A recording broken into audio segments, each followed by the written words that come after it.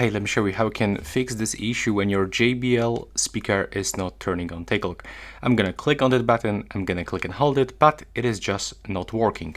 But if I'm gonna connect cable into my charging port, after a few seconds it's gonna turn on. So wait for it. There we go. So now, how we can fix this? You have to just connect this cable into your speaker.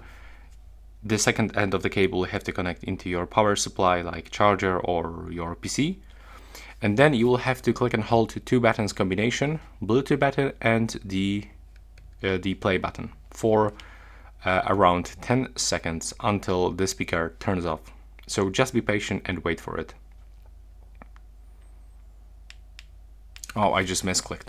So let's do this one more time.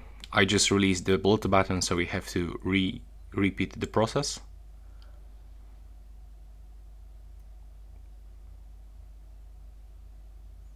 There we go.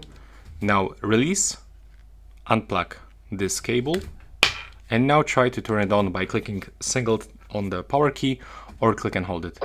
Now as you can see, everything is fine and it is actually working. So that's how you can fix this. Let me know if it works.